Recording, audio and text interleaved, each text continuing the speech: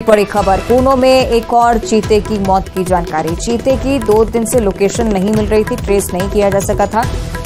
Namibia से लाए गए चीते तबलीशी की मौत की जानकारी, और ये पाया गया है कि कूनो के बाहर इस चीते का शव पाया गया है। तो बड़ी खबर श्योपुर से, लगातार चीतों की मौत का सिलसिला आगे बढ़ता हुआ, इस पर रोकथाम अभी भी नहीं लग पाई है। अभी भी कूनो प्रबंधन चीतों को बचाने में पूरी तरह से नाकाम। करीबन 8 से 9 चीतों की मौत हो चुकी है। आगे भी इस तरह का सिलसिला जारी ना रहे, इसके लिए कोई ठोस कदम नहीं उठाए जा रहे हैं। ये साफ तौर पर नजर आता है। बैठकें होती हैं, लेकिन निष्कर्ष के तौर पर जितनी भी बातें सामने आती हैं, रेडियो कॉलर हटाने की बात सामने आई थी, वो भी अभी तक काम पूरा तरह से अधूरा है। ये इस चीते को लेकर भी कहा जा रहा है कि रेडियो कॉलर आईडी हटाने के लिए ही इसे ढूंढा जा रहा था, लेकिन अब इस चीते का शव बरामद किया गया है। किस वजह से मौत हुई है, ये इस मामले में अभी भी स्पष्ट नहीं हो पाया है। जानकारी जुटाने की कोशिश टीम लगातार कर रही है, लेकिन 2 दिन पहले से ही सर्चिंग शुरू हुई थी, लोकेशन ट्रेस नहीं हो पा रही थी। सहयोगी शैलेंद्र हमारे साथ जुड़ रहे हैं, उनका हम रुख कर लेते हैं। शैलेंद्र, लगातार कूनो से चिंता बढ़ाने वाली खबरें सामने आ रही हैं, अभी भी कोई ठोस कदम उठाता हुआ कूनो प्रबंधन नजर नहीं आता है। जी अवंतिका, देखिए आज एक चीते की सुबह मौत की खबर मिली, और ये इस जगह मिला जो थोड़ा सा कूनो से आउटसाइडर पर था। तो ये पता चला है कि ये तबलीशी नाम की चीता नामीबिया से लाई गई थी, और इस चीता को काफी हष्टपुष्ट माना जाता था। और ये वो चीता है जो कि अंतर्राष्ट्रीय चीता दिवस के दिन इसने सबसे पहला शिकार किया था। तब ये बात आई थी कि ये चीता ने यहाँ सर्वाइव कर लिया है और ये सबसे अच्छी स्थिति में है। तो उस वजह से ये सबसे पहले जो 5 चीते थे उसमें शामिल थी, जिन्हें बड़े बाड़े में छोड़ा गया था। और अब पिछले 2 दिन से इसे लगातार ट्रेस किया जा रहा था कि ये इसकी लोकेशन कहाँ है, क्या है और किस स्थिति में है। लेकिन आज सुबह अचानक से उसकी जंगल के बीच में ही उसकी बॉडी मिली है। अब उसके बाद से चीता प्रबंधन ने कूनो प्रबंधन ने चीते को लेकर, उसके शव को लेकर पोस्टमार्टम के लिए भिजवा दिया है। अभी तक मौत के क्या कारण है ये पता नहीं चला। ये पता पोस्टमार्टम रिपोर्ट के बाद आ पाएगा कि वो किस वजह से मारी गई है। लेकिन आज की मौत के बाद कुल 9 चीते मारे जा चुके हैं, जिसमें से 6 वयस्क चीते हैं और 3 शावक थे। तो अब इन 9 चीतों के बाद अब 14 चीते ही हैं जो कि वहां पर बचे हुए हैं। तो बड़ी चिंता की बात है, चीता प्रोजेक्ट के लिए एक बड़ा खतरा है, क्योंकि कल ही सुप्रीम कोर्ट में एनटीसीए ने हलफनामा दिया था, जिसमें यह कहा था कि हम कूनो से किसी भी चीते को शिफ्ट नहीं करेंगे। चीतों की मौत का जो रेट है वो 50% चीते किसी भी दूसरी जगह जाते हैं, शिफ्ट होते हैं, तो वो लगभग मर जाते हैं। तो इस तरह इस दलील को देकर साफ मना कर दिया था कि हम यहाँ से कोई भी चीता शिफ्ट नहीं करेंगे। लेकिन उसके अगले ही दिन बड़ी चिंताजनक खबर आई है, और अब ये चिंता सता रही है कि बाकी जो चीते हैं उनको किस तरह बचाया जाए, क्योंकि एक बड़ा संकट है इस पूरे प्रोजेक्ट पर। और लगातार ना साउथ अफ्रीका और इसके अलावा अलग अलग मध्य प्रदेश के भी, जो दिल्ली से भी कई वाइल्ड लाइफ एक्सपर्ट वहां कूनो जा चुके हैं, क्योंकि पिछले 1 महीने में 2 चीते पिछले मरे थे और अब 3 चीते मारे जा चुके हैं। तो लगातार एक चिंता खड़ी हो रही है कि आखिर किस तरह चीतों को बचाया जा सके। और बिल्कुल, और डर इस बात का भी है कि जो प्रबंधन की तरफ से जिद जाहिर की जा रही है, कहीं चीतों के लिए और ज्यादा घातक ना हो जाए। शैलेंद्र, इससे पहले हमने ये भी देखा कि रेडियो कॉलर आईडी हटाने की बात सामने आई, कुछ चीतों के लिए हटाई भी गई, लेकिन कुछ ऐसे भी जिन्हें ट्रेस नहीं किया जा रहा था। शायद इन्हीं में से मादा चीता एक है।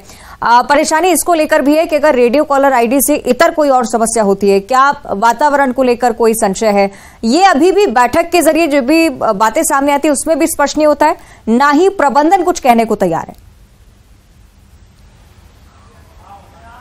जी देखिए, बिल्कुल जिस तरह से ऑफिशियल वर्जन आ रहे हैं या बात आ रही है, तो अभी तक हम इसी को मानते हैं कि सुप्रीम कोर्ट में जो हलफनामा दिया एनटीसीए ने वो बहुत ही महत्वपूर्ण है, और वो कल ही दिया था।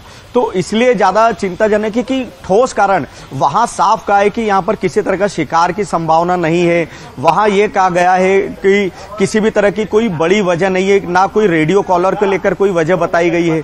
तो ये सब चीजें अभी क्लियर नहीं हो पा रही, कुछ भी साफ नहीं हो पा रहा है कि आखिर इन चीतों की मौत की मुख्य वजह क्या है। क्या रेडियो कॉलर के कारण ये मरे हैं, या फिर ये इस वातावरण के अनुकूल ढल नहीं पा रहे इस कारण मरे हैं। तो ये सब चीजें बड़ा अभी चिंता की बात है, बार बार सवाल हो रहे हैं, पूछे जा रहे हैं, लेकिन कोई ठोस जवाब अभी तक कहीं से भी नहीं मिल रहा है। इसलिए संशय की स्थिति लगातार बरकरार। बहुत शुक्रिया आपका फिलहाल शैलेंद्र, लेकिन आप बने रहेगा हमारे साथ, आगे भी खबरों पर आपसे हम चर्चा करेंगे। मंदसौर से अगली बड़ी जानकारी, जहां सीएम शिवराज सिंह चौहान के रोड शो में शामिल होने के लिए बुलडोजर भी पहुंच रहे हैं। मामा के रोड शो में बुलडोजर शामिल होने को पूरी तरह से तैयार। बुलडोजर पर लिखा है, बुलडोजर बाबा कहो दिल से, मामा जी फिर से। तो ये बड़ा संदेश देने की कोशिश कहीं ना कहीं मंदसौर में रोड शो मुख्यमंत्री का, और बुलडोजर यहां पर लाए गए हैं।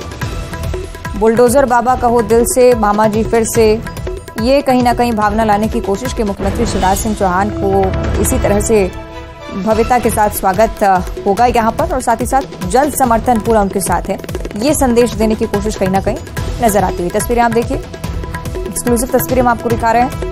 बुलडोजर पूरी तरह से तैयार। सीएम जब मंदसौर में होंगे तो उनकी रैली के साथ साथ ये बुलडोजर भी आपको काफिले में नजर आएगा।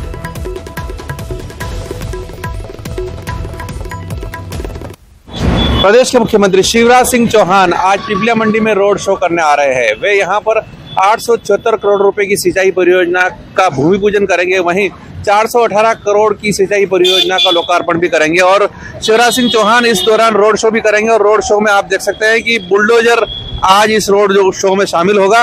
ये ग्राम पंचायत धुंधलका से बुलडोजर आया है, जो सीएम शिवराज सिंह चौहान की रैली में शामिल होने जा रहा है।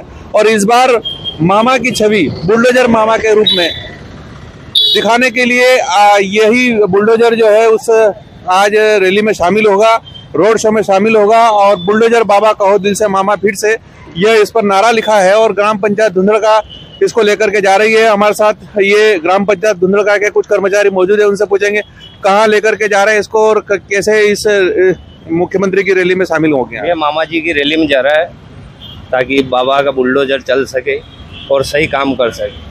बाबा का बुलडोजर तो पहले यूपी में चला था, और क्या मध्य प्रदेश में चलेगा? अब चलेगा ना, अगर अब की बार भी सरकार बनी है तो जरूर चलेगा। तो आप देख सकते हैं कि बुलडोजर जो है सीएम शिवराज के रोड शो में शामिल होने जा रहा है, और अभी ये मंदसौर से सीधा सीएम के रोड शो में पहुंचने वाला है। नरेंद्र धनोतिया, न्यूज़ 18 मंदसौर। आगे बढ़ते हैं, बात करेंगे राजधानी भोपाल की, जहां बीजेपी की विजय संकल्प यात्रा का नाम बदल दिया गया है। अब जन आशीर्वाद यात्रा इसका नाम होगा। जन आशीर्वाद यात्रा नाम पर सहमति बनने की खबर है। 5 सितंबर से 20 सितंबर तक यात्रा निकाली जाएगी। धार्मिक स्थलों से आगाज इसका होगा।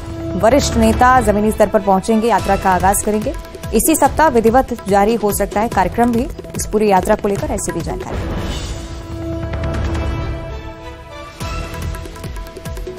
जन आशीर्वाद यात्रा नाम पर सहमति बनती हुई नजर आ रही है।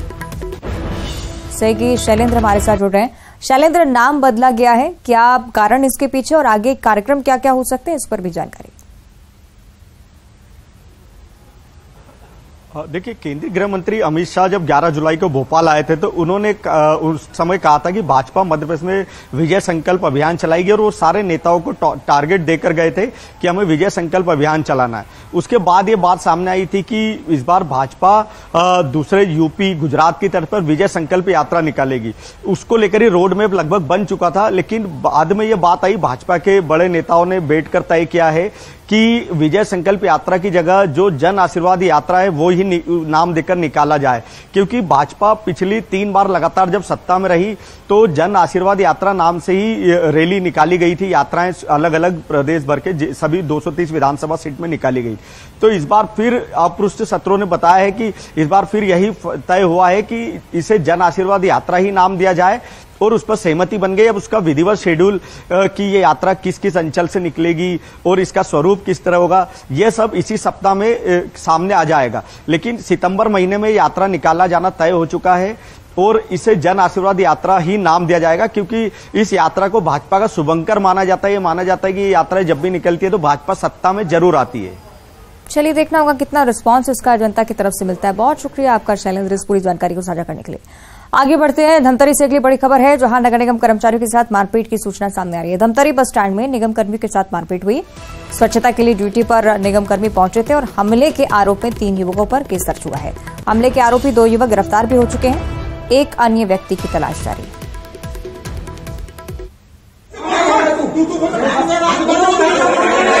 तरीके आप तस्वीरें देखिए किस तरह से निगम कर्मियों के बीच विवाद की स्थिति बनी, मारपीट की भी जानकारी।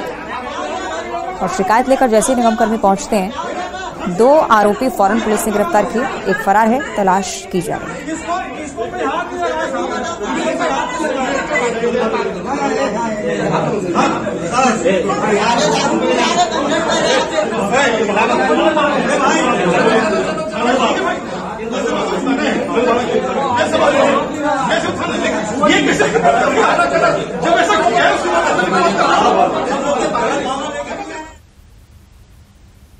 और इसी के साथ